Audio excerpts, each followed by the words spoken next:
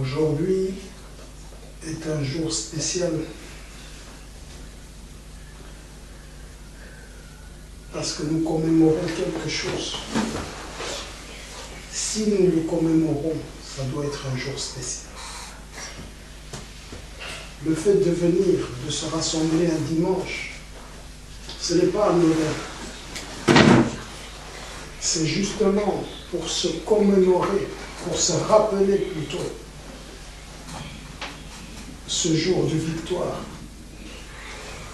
Le jour où ce que tu avais promis s'est accompli. La prophétie même donnée par Adam.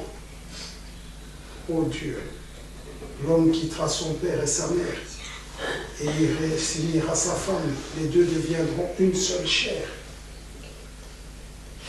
Paul a repris cette prophétie dans Éphésiens, a dit, je parle en rapport à Christ et l'Église. La prophétie aussi que tu as parlé toi-même dans le jardin d'Éden, où la semence de la femme écrasera la tête du serpent. Cela a été accompli. Alors si nous sommes là pour nous souvenir de ce jour, pour nous remémorer cette chose, nous pouvons dire comme Élisée, où est le Dieu d'Élie? Où est ce Dieu-là qui a accompli cette œuvre?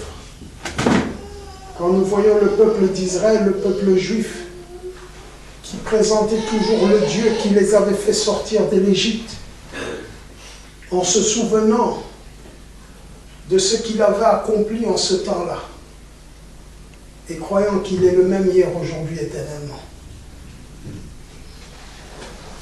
Seigneur, que ce ne soit pas des paroles, mais que cela devienne une réalité. Le monde a fêté la Pâque. Et tout ça, mais ça doit être une réalité. Le système dénominationnel, c'est ça, bien-aimé. Quand les gens viennent par formalisme, par tradition, par habitude, sans crainte de ton nom, comment peuvent-ils te craindre? Parce qu'ils ne te connaissent pas. Tu es la parole. Cette Bible est la parole de Dieu. Et elle te représente.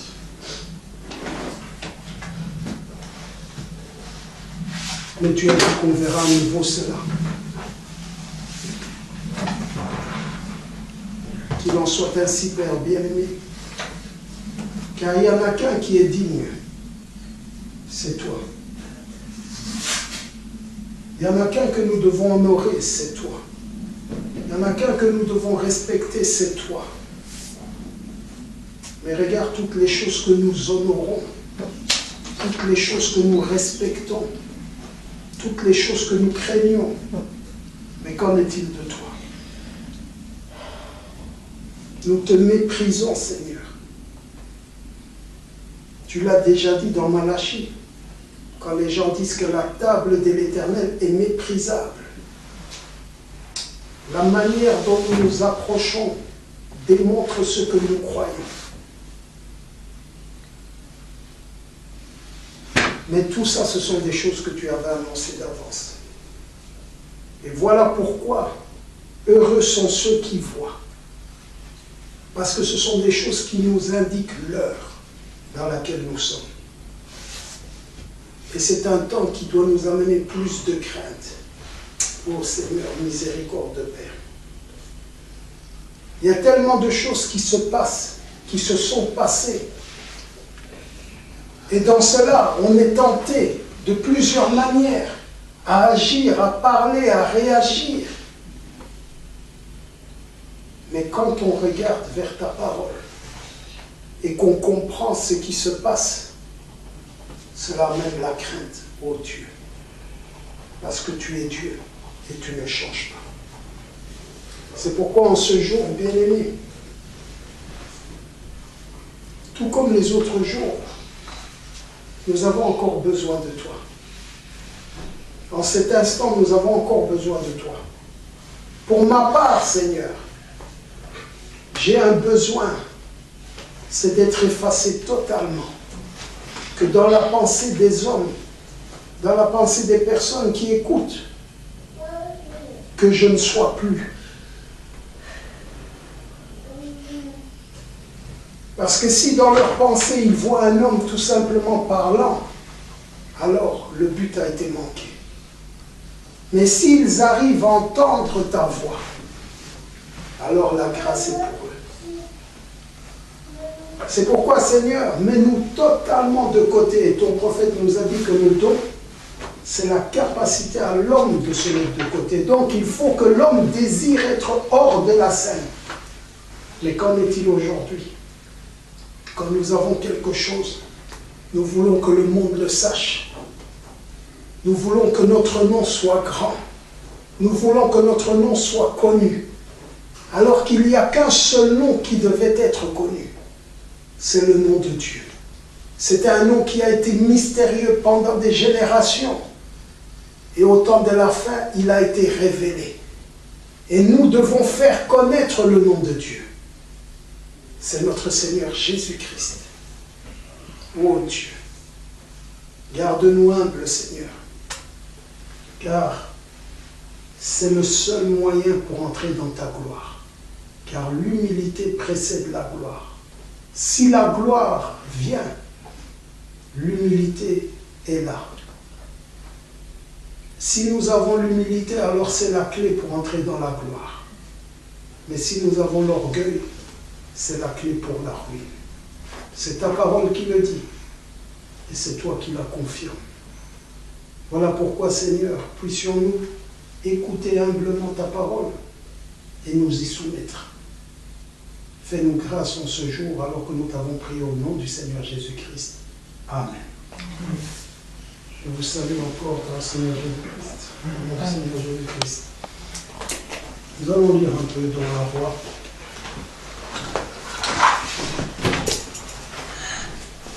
Chapitre 18, une écriture que nous connaissons. Et cette écriture nous dit, quand Élie a rencontré Akab sur le mont Carmel, il l'a rencontré, je vais prendre au verset 20, Akab envoya des messagers vers tous les enfants d'Israël, et il rassembla les prophètes à la montagne du Carmel. Alors Élie s'approcha de tout le peuple et dit, « Jusqu'à quand boiterez-vous des deux côtés? Si l'Éternel est Dieu, allez après lui. Si c'est Baal, allez après lui. » Le peuple ne répondit rien. Amen. Prenons Zacharie, chapitre 14. Gardez la première écriture à l'esprit. Zacharie, chapitre 14. Ce sont des écritures que nous lisons souvent en rapport au message. Un roi 18, où nous voyons Élie sur le mont Carmel. Mais ici, il y a quand même quelque chose que je veux ressortir. Au chapitre 14, au verset 7, « Ce sera un jour unique, connu de l'Éternel, et qui ne sera ni jour ni nuit, mais vers le soir, la lumière paraîtra. » Amen. Amen. Que Dieu bénisse sa parole. Vous pouvez vous asseoir. Qu'est-ce qu'on peut ressortir dans ces deux écritures en rapport au temps? On voit que dans ces deux écritures, Dieu s'adresse à son peuple. Et quelle était la condition du peuple? Quelle était la condition du peuple? Ce sont des signes qui nous doivent nous parler. On voit que le peuple ne savait plus trop quoi. Pourtant, Dieu est le même Dieu. Pourtant, la loi était là. Les prophètes étaient là. Tout était là. Mais quelle était la condition du peuple? Élie leur pose la question. L'Éternel dont il parle, c'est qui? C'est l'Éternel qui les a fait sortir de l'Égypte. C'est l'Éternel qui a accompli toutes les choses. C'est de ce Dieu-là qu'il lui parlait. Maintenant, il dit au peuple, si c'est l'Éternel qui est Dieu, suivez-le. Suivez-le. Si c'est Baal qui avait été amené par Jézabel, suivez Baal. Amen. Mais la réponse a été que le peuple ne répondit rien.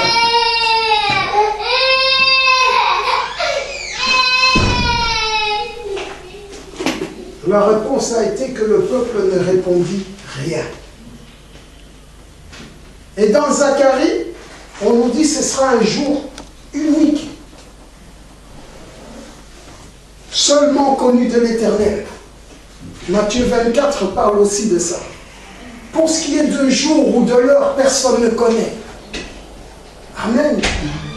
Même pas le Fils, le Père seul. Amen. Le jour là, c'est un jour précis, c'est un temps précis. Mais quel sera ce jour? C'est un jour qui sera ni jour ni nuit. Amen. Amen.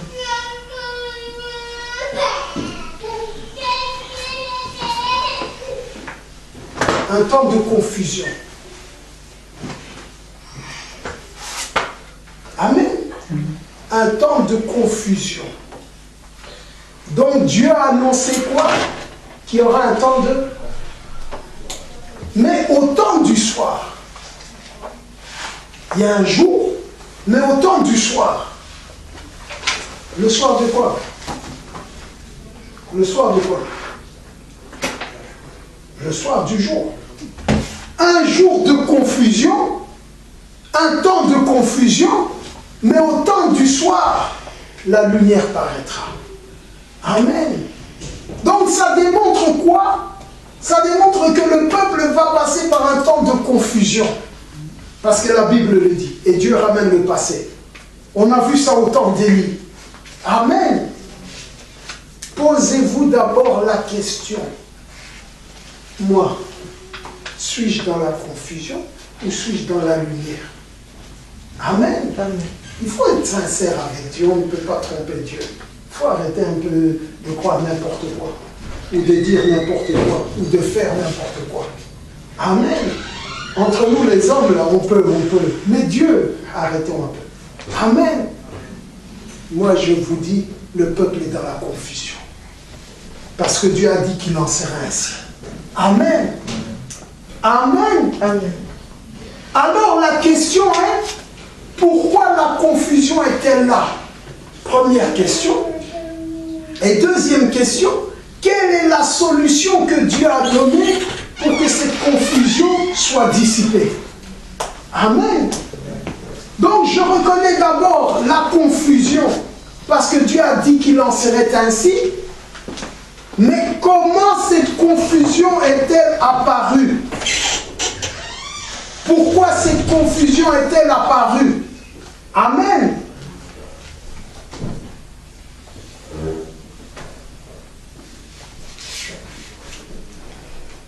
Il y a le livre d'Esdras. Esdras, c'est après le livre des Chroniques. Et après, il y a le livre de Néhémie. Et nous voyons que ce sont des hommes aussi, à un certain temps, ils voulaient rebâtir, je crois, le temple. Ce sont des hommes aussi qui ont été sous la domination de leurs ennemis. Amen. Et quand vous voyez que l'ennemi domine, je répète, l'ennemi domine. Pourquoi l'ennemi domine-t-il? Soyons honnêtes. Commençons par l'honnêteté. Pourquoi l'ennemi domine-t-il? Parce que Dieu a dit qu'il en serait ainsi. Amen. Comment? Deutéronome 28. Voici les bénédictions pour ceux qui mettent en pratique, mais voici les malédictions pour ceux qui n'obéissent pas. Amen. Et dans les malédictions, nous voyons que l'ennemi va dominer. Amen.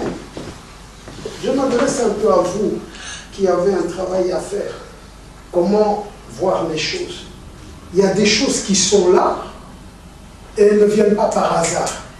Tout ce qui se passe sur la terre, rien ne peut arriver sans que Dieu déjà ne l'ait annoncé. Maintenant, n'interprétez pas mal. Quand Dieu annonce quelque chose, ça ne veut pas dire que Dieu voulait la chose. Amen. Quand Dieu annonce quelque chose, ça ne veut pas dire que Dieu veut que ce soit ainsi. Amen. Mais ça veut dire qu'il est Dieu et qu'il connaît toutes choses. Que rien n'échappe à son contrôle. Voilà pourquoi il dit, qui a dit qu'une chose arrivera sans que l'Éternel ne l'ait annoncé, ne l'ait ordonné? C'est parce que Dieu savait que cela allait arriver.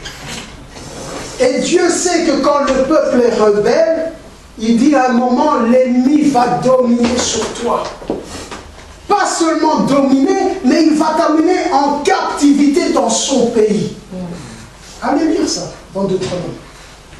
Allez lire même Salomon, quand il fait sa prière, et qu'il dit, si nous avons péché contre toi, et que l'ennemi domine sur nous et nous amène dans un pays étranger. Amen. Donc Salomon, l'homme sage, savait que si nous péchons, si nous désobéissons à ta parole, ces choses-là vont arriver. Pas peuvent, mais vont. Parce que Dieu a dit qu'il en serait ainsi. Amen. Maintenant, le peuple qui subit ça, qui vit ça, est dans la confusion. Amen. Voilà pourquoi il faut retourner à la racine. Toujours. Aujourd'hui, tu peux subir des conséquences.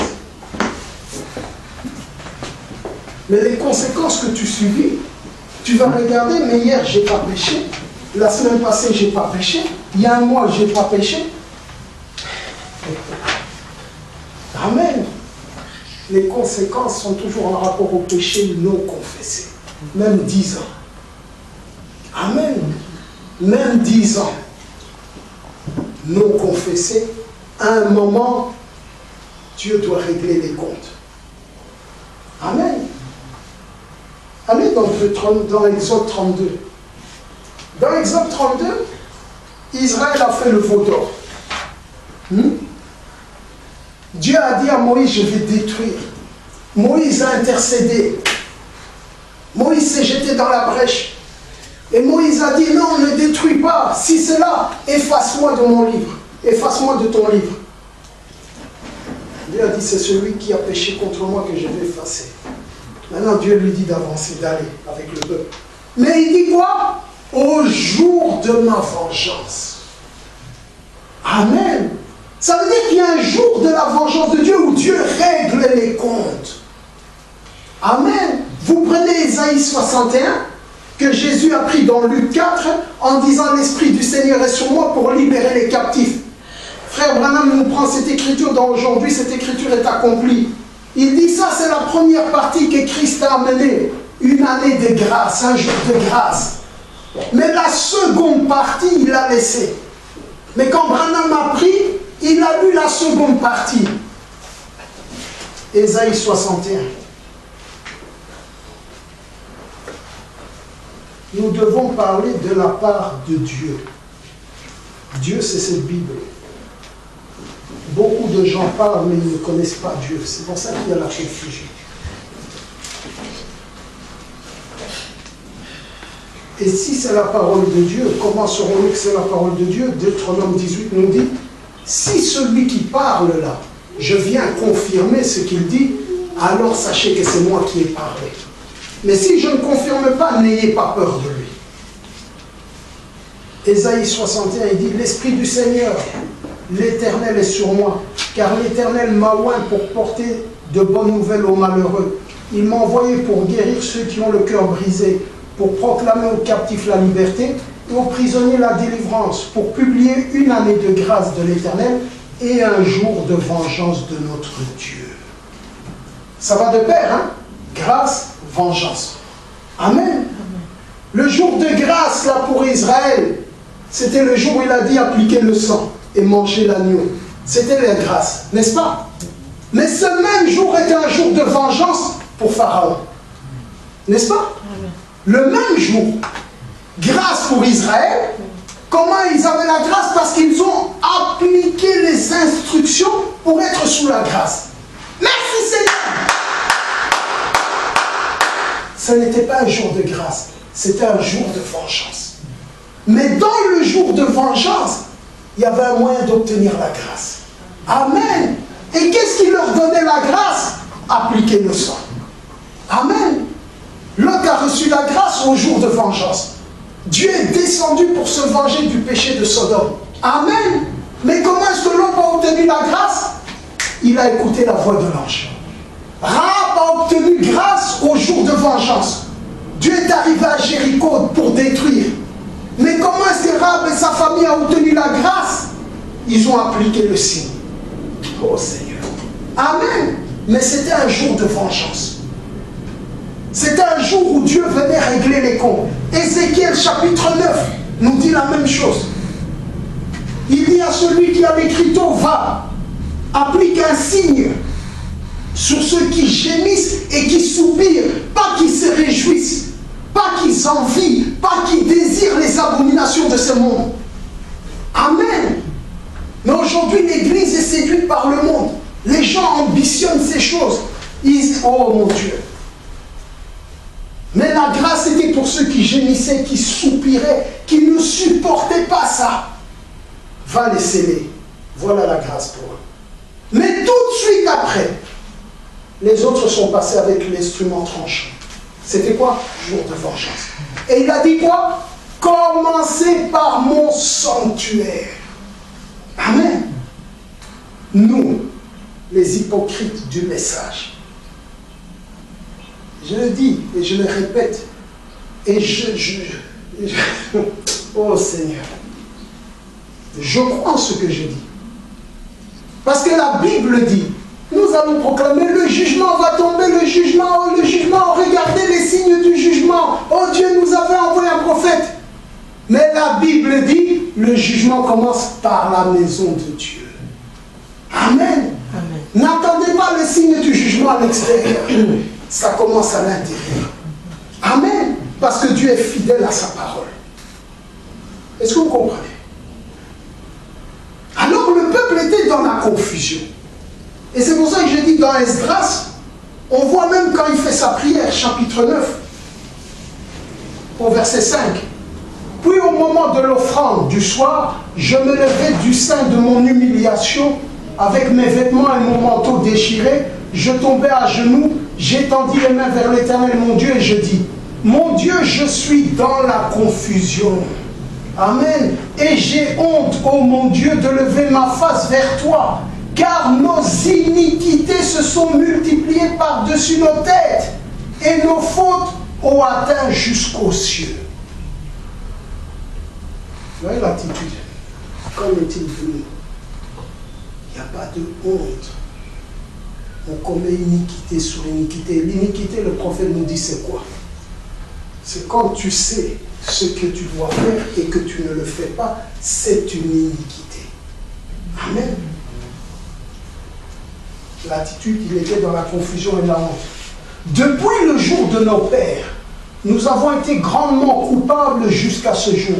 Et c'est à cause de nos iniquités que nous avons été livrés, nous, nos rois, nos sacrificateurs, aux mains des rois étrangers, à l'épée, à la captivité, au pillage, à la honte qui couvre aujourd'hui notre visage. Amen. Pourquoi la confusion? À cause de nos iniquités. Pas seulement les nôtres, mais aussi ceux de nos pères. Amen. Prenons Néhémie, le livre d'après, aussi au chapitre 9. C'est pour vous faire ressentir quelque chose, la confusion. Il dit,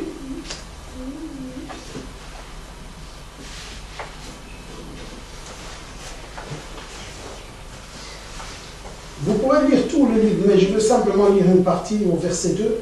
Ceux qui étaient la race d'Israël s'étaient séparés de tous les étrangers, se présentèrent et confessèrent leurs péchés et les iniquités de leur père. Amen.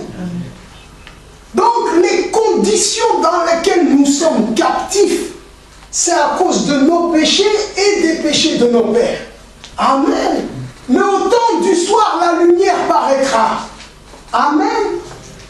Lève-toi, toi qui dors, relève-toi d'entre les morts. Éphésiens chapitre 5. Et Christ t'éclairera. Amen. Quand Christ nous éclaire, il nous montre qu'est-ce qu'on doit faire. Amen. Dans Daniel chapitre 9, il était à Babylone. Il était aussi en captivité. Amen. Il était en captivité. Daniel chapitre 9. Écoutez ce qui se passe. Alors Daniel, au temps du soir, la lumière est venue. Il a commencé à comprendre. Et on dit, Daniel chapitre 9, la première année de Darius, fils d'Assyrus, de la race des Médès, lesquels étaient devenus rois du royaume des Chaldéens, il dit, la première année de son règne, moi, Daniel, je vis par les livres qu'il devait s'écouler 70 ans pour les ruines de Jérusalem, d'après le nombre des années dont l'Éternel avait parlé à Jérémie le prophète. Donc moi, Daniel, j'ai consulté les Écritures et j'ai vu que Dieu a parlé à un prophète. Jérémie était prophète. Amen. Ce que le prophète avait annoncé, c'est déjà accompli. Merci Seigneur. Ils étaient en captivité. Amen. Amen. Ils étaient en captivité parce que Jérémie l'avait dit. Mais Daniel a vu que Dieu a dit, je ne rejetterai pas toujours. Il y a un temps de grâce. Amen. Et là, il y avait un temps de 70 ans pour les ruines de Jérusalem. Frère Branham nous dit maintenant que c'était 2 ans avant que Daniel avait compris. 2 ans avant. Ils étaient à la 68e année. Mais Dieu avait dit que ce serait jusqu'à ce temps-là, jusqu'à 70 ans, qu'ils seraient en captivité. Amen. Donc le temps de la délivrance était proche. Amen. Amen. Mais maintenant, qu'est-ce qu'il faut faire pour voir le résultat de la délivrance que Dieu a promis? Regardez l'attitude de Daniel. C'est là où on voit qui est qui. Quand le temps de la délivrance approche, on sait qui est qui. Amen. Daniel, c'était l'humilité. Parce que pour sortir et voir la gloire de Dieu, c'est l'humilité qui précède. Amen. Daniel a compris. Il a fait ce que les autres ont fait. Il a confessé ses péchés. Il a confessé les péchés du Père. Il a confessé les péchés des ancêtres. Amen. Il a confessé. Il a vu toutes les fautes qu'ils avaient commises. Et il a vu que Dieu était juste. Parce que Dieu te dit, tu vas récolter ce que tu as semé. Amen. Comment les gens crient à la justice aujourd'hui? Amen. Il n'y en a qu'un qui est juste et c'est Dieu. Il n'y en a qu'un qui est juste et c'est Dieu. Amen. Avons-nous honoré Dieu? Le Seigneur vient. Pourquoi Dieu vient-il vers nous? Pourquoi Dieu vient-il vers nous? Un jour, j'avais dit ça. Et je le répète. Je me suis dit, moi, à un moment, tout ce qui avait trait à la parole de Dieu et tout, j'avais dit, c'est plus pour moi. J'ai fait ma route. Amen. Mais Dieu ne m'a pas laissé. Il m'a laissé un temps aussi, où j'ai avancé, où j'ai fait ce que je voulais. Mais quand c'était le jour de la vengeance de Dieu, ça a commencé. La question que je me suis posée, parce qu'il y a tellement d'orgueilleux aujourd'hui. Nous, on connaît Dieu, nous, ceci, nous, cela, nous, on a Dieu. Ok. La question que je me suis posée, mais s'il y a tellement de gens qui connaissent Dieu et qui servent Dieu, pourquoi aller chercher un rebelle qui fuit? Pourquoi? Pourquoi? Parce que tu as des serviteurs, tu as des gens qui te servent. Pourquoi me courir après à moi? Pourquoi? Amen. Amen. Pourquoi? Moi, je ne voulais pas. Je ne voulais plus. Alors, pourquoi moi? Pourquoi? Puis il y en a plein. Oh, nous, on a Dieu. Oh, nous, on sert Dieu. Ok, mais pourquoi Dieu va me chercher moi? Pourquoi? Pourquoi il ne m'a pas laissé? Vous le servez quand même. Vos paroles sont le mensonge du diable. Amen. S'il y avait des serviteurs qui servaient correctement, je ne parle pas en général. Parce que les gens vont interpréter encore. Amen. Non, ce que je dis, c'est que s'il y avait ce qu'il fallait, Dieu ne doit pas. Ça me fait penser, il y a une époque là, pour donner un exemple, les gens, ils aiment interpréter ça, les regards. Frère Branham donnait même des exemples du sport. Paul donnait aussi. Dans le sport, on a vu ça une période.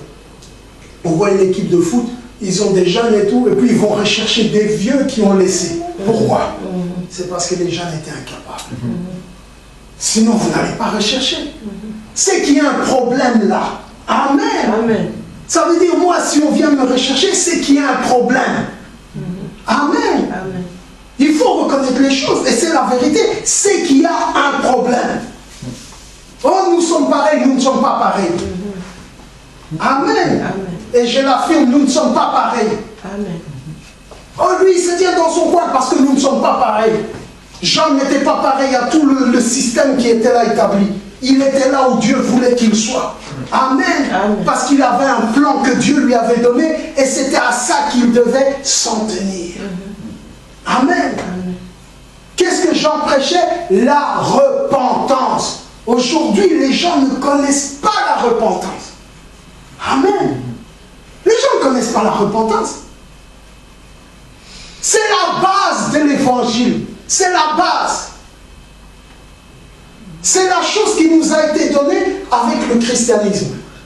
Oh, qu'est-ce qu'il raconte? Mais oui. La Bible nous montre quoi? Le message nous montre quoi? Au temps de la loi, c'était la loi. Amen.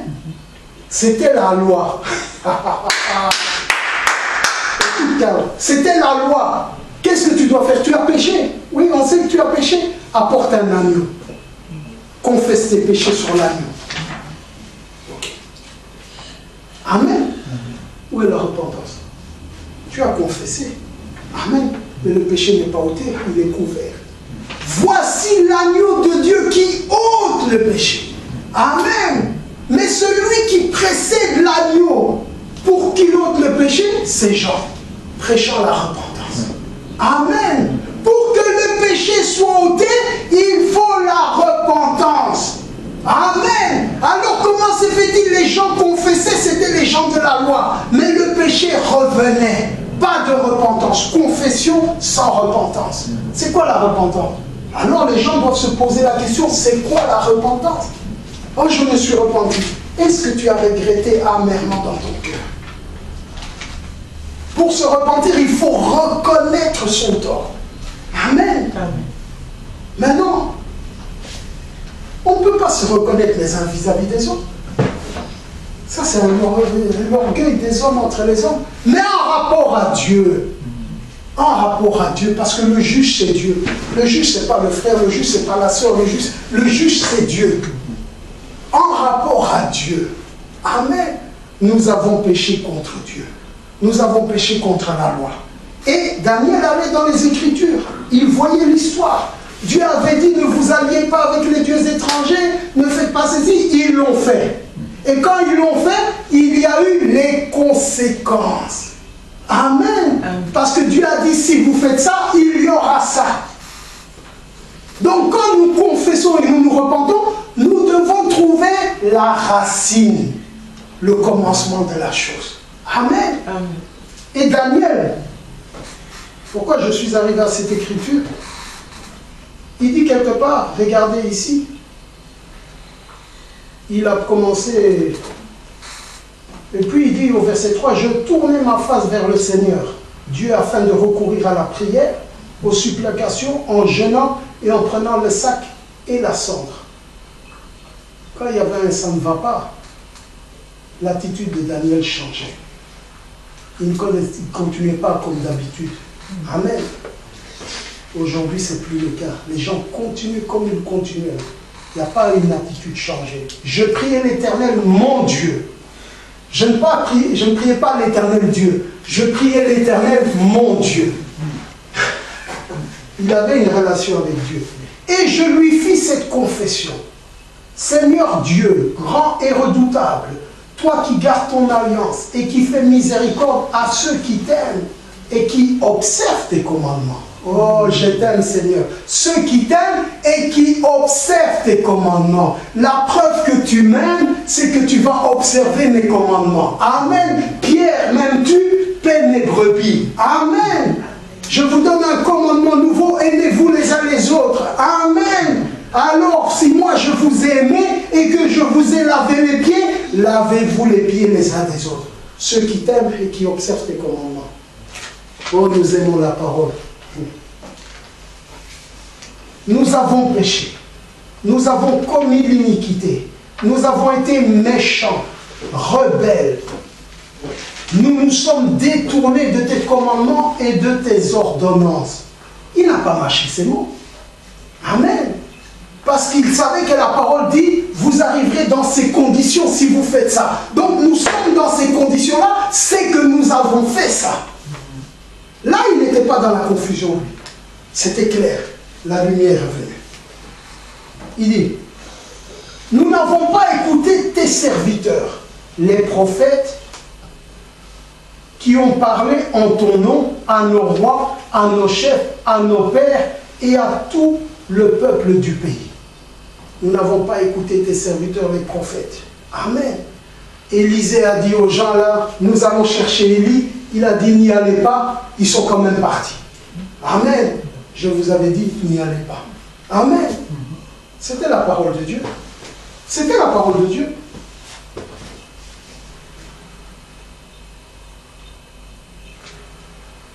Nous n'avons pas écouté tes serviteurs. À toi, Seigneur, est la justice. Et à nous, la confusion. Oui?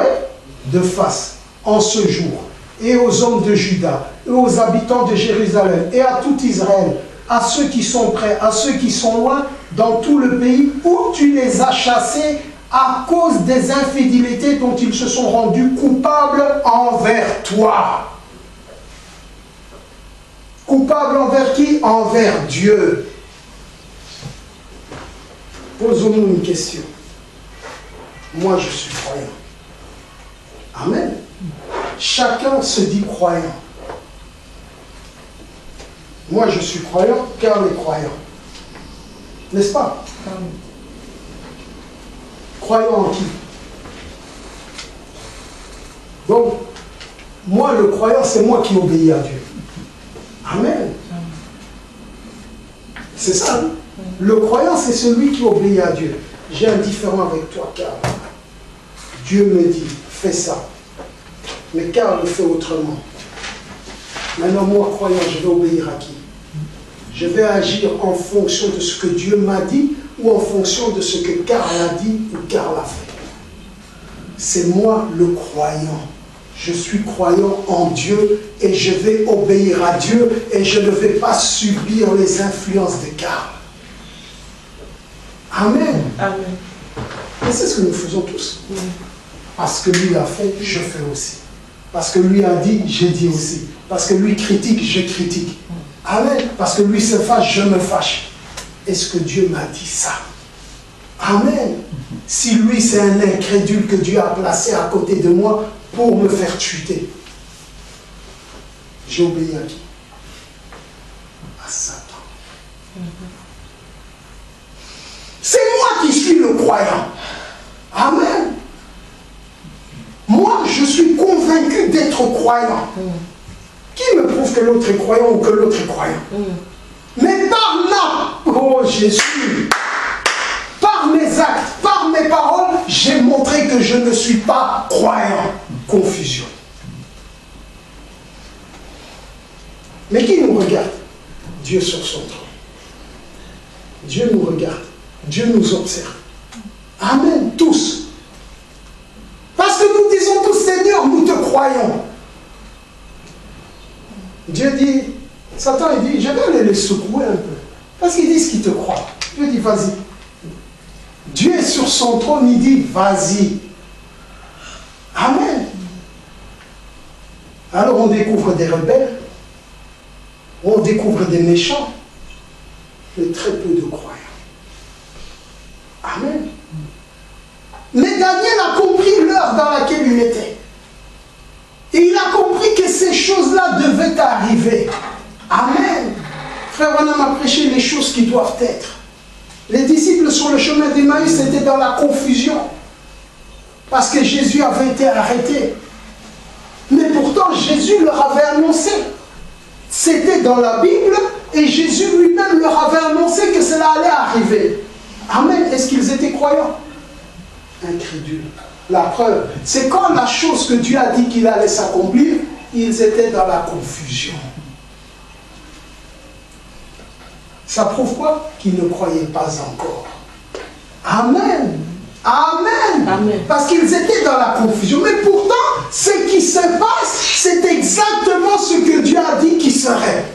Amen. Mais ils étaient quoi? Dans la confusion. Ils allaient où? À Emmaüs. Et ils commençaient à discuter. Ah frère, comment est-ce possible? Ah, mais pourtant, oh, comment? Hein?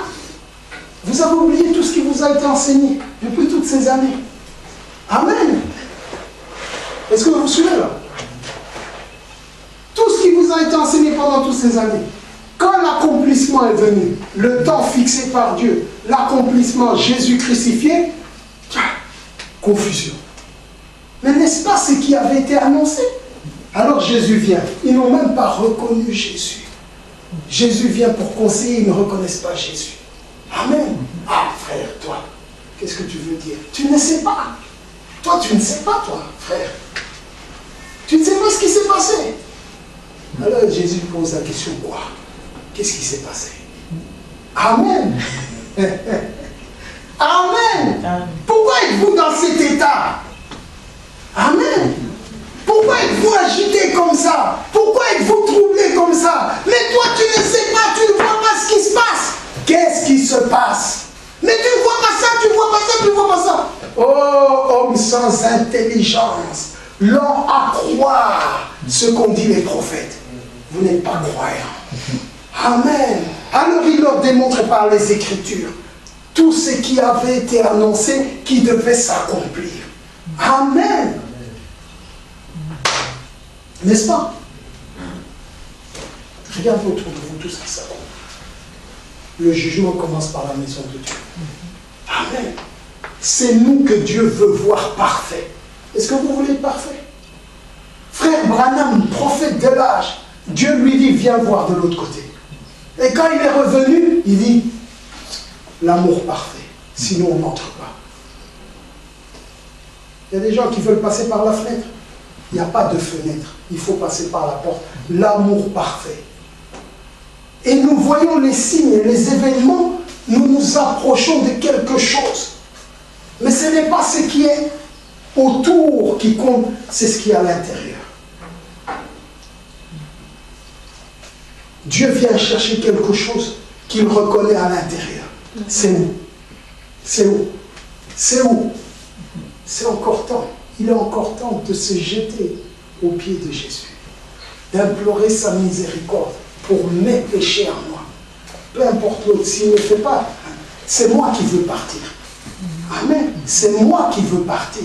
Alors comme c'est moi qui veux partir, c'est moi qui cherche. Qu'est-ce que je dois faire, moi, pour être agréable à Dieu? Si pour être agréable à Dieu, il faut qu'on me marque dessus, qu'on me piétine. Les gens sont des menteurs. Le fils prodige, quand il est rentré, il voulait quoi? Même si on me traite comme le plus bas des serviteurs, à condition que je sois. Est-ce que nous,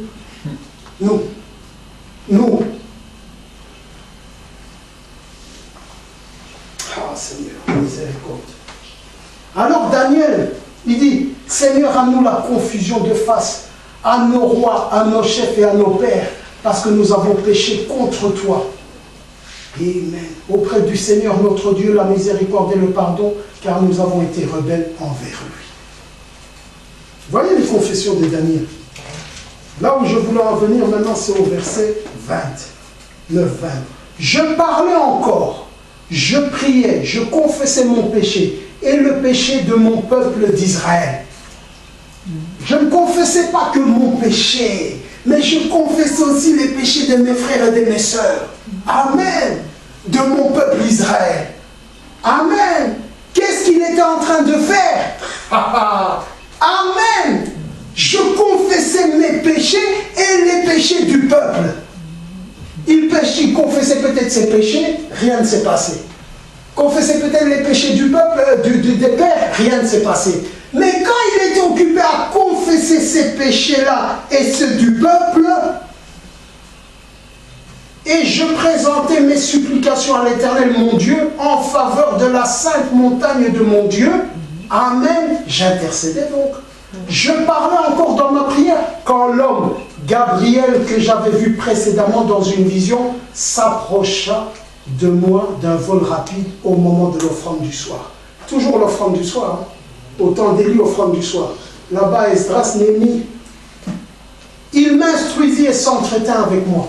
Il me dit, je suis venu maintenant pour ouvrir ton intelligence. Lorsque tu as commencé à prier, la parole est sortie et je viens pour te l'annoncer car tu es un bien-aimé. Amen. Sois attentif à la parole et comprends la vision. Tu es un bien-aimé. Qu'est-ce qui prouve que tu es un bien-aimé? C'est que tu es en train de faire ce que j'attendais que tu fasses. Amen. Alors c'est le temps du soir. Maintenant je viens te donner la lumière. Amen. Je viens t'éclairer. Cet homme était déjà venu avant. Hein.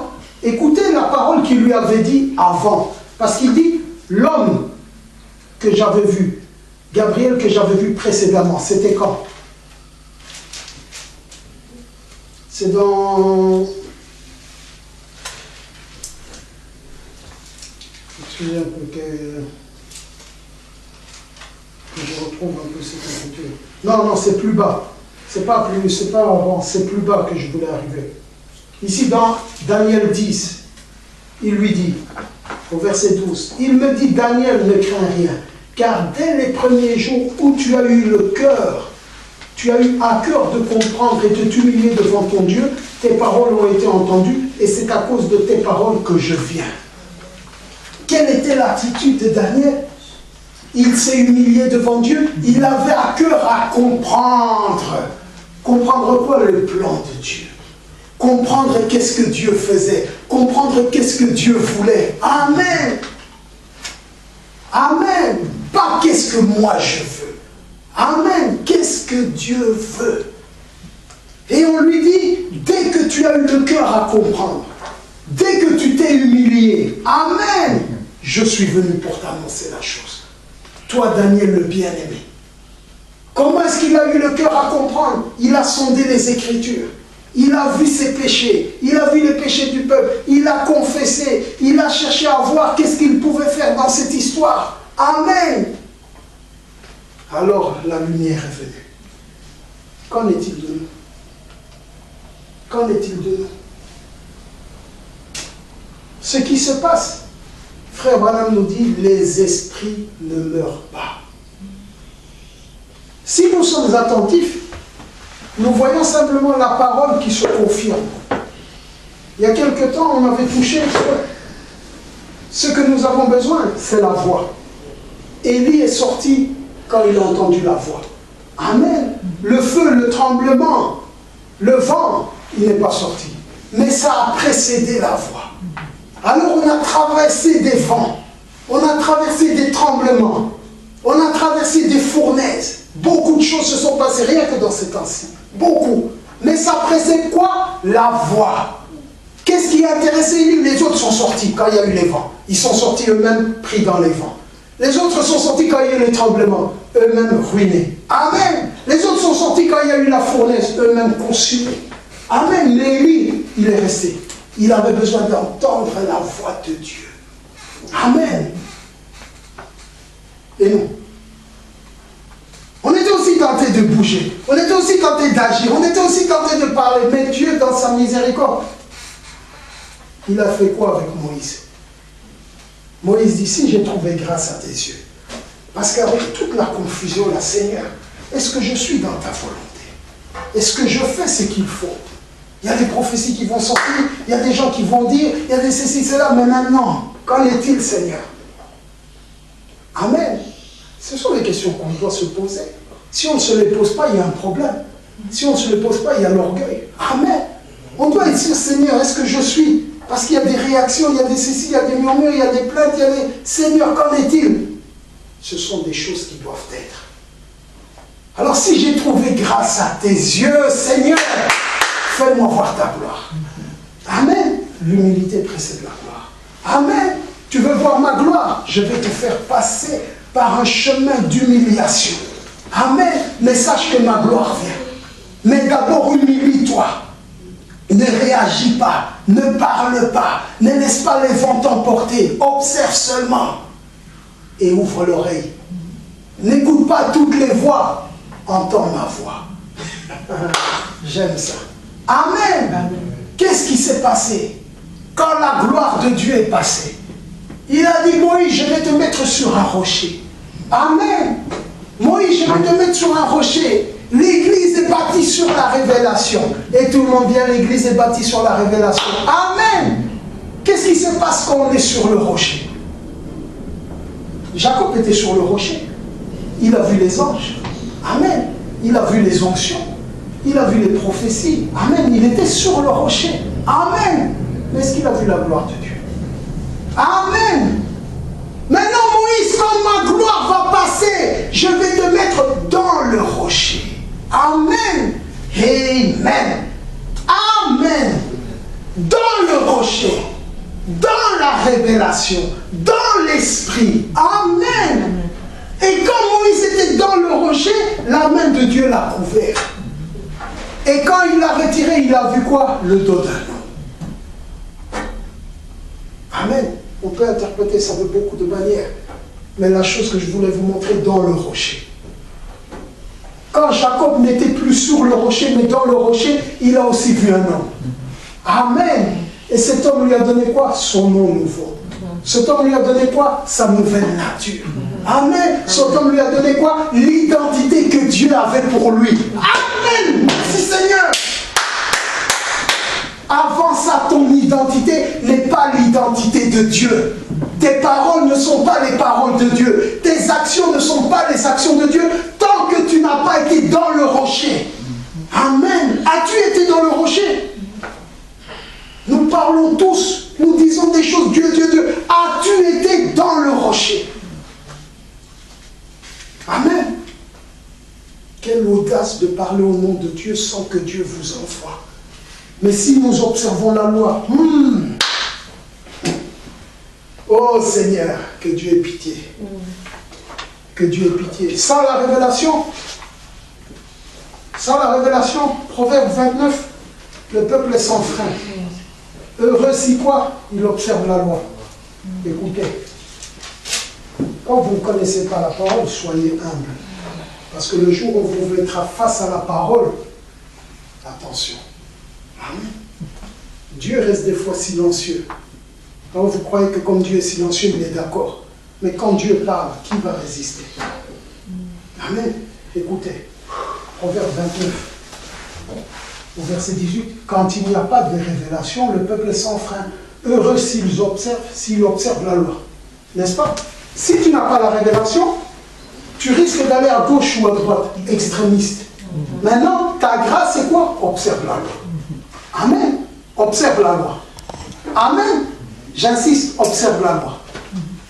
Proverbe 28, verset 9. Si quelqu'un détourne l'oreille pour ne pas écouter la loi, sa prière même est une abomination.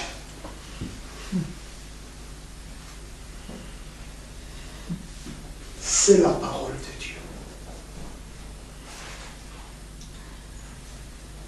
Amen. Tu n'as pas la révélation, observe la loi. Amen. Tu te détournes de la loi, ta prière est une abomination.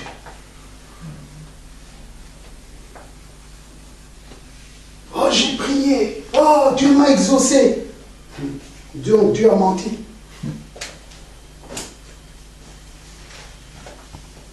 Amen. dois chercher la révélation. Être dans la révélation. Pas connaître la révélation, mais que la révélation soit en moi et que je sois en elle. Que nous devenions un. Amen. Dans Luc au chapitre 9, Jésus, avec les disciples, leur dit d'aller en Samarie parce qu'il voulait y aller. Donc les disciples devaient le précéder. Mais les Samaritains ne voulaient pas que Jésus passe par là. Alors les disciples remplis de foi, amen, ils avaient la foi. Parce que Jésus, là, c'est le Dieu de l'Ancien Testament. Alors nous sommes serviteurs de Dieu. Et lui, en tant que serviteur de Dieu, quand ils se sont opposés à lui, il a demandé que le feu descende et les consume. Alors ils ont dit, on va montrer à Jésus qu'on a la foi. Amen. Ils ont prié, Seigneur, que le feu descende et les consume. Le Seigneur a répondu, vous ne savez pas quel est l'esprit qui vous anime. Amen. Amen. Amen. Quel est l'esprit qui t'anime? Amen. La Bible dit, dans 2 Pierre ou dans 1 Pierre, poussé par le Saint-Esprit, que des hommes ont parlé de la part de Dieu. On ne peut parler de Dieu et de la part de Dieu que si c'est le Saint-Esprit qui nous pousse. Mais maintenant, quand je parle, quand j'agis, quel est l'esprit qui m'anime? Jésus a dit, vous ne le savez pas. Est-ce que toi tu le sais? Non. Confusion. Parce que l'Odyssée ne sait pas. Amen. Alors qu'est-ce que Dieu vient? Il vient d'abord nous éclairer en rapport aux esprits qui nous animent. Amen. D'abord, Dieu vient nous dire, quand tu parlais là, ce n'était pas moi. Quand tu agissais là, ce n'était pas moi. Quand tu faisais là, ce n'était pas moi. Amen. Si Dieu ne vous dit pas ça, c'est que Dieu ne vous connaît pas. Parce que si tu vas parler à Dieu et que Dieu te répond, Dieu va te répondre par la vérité.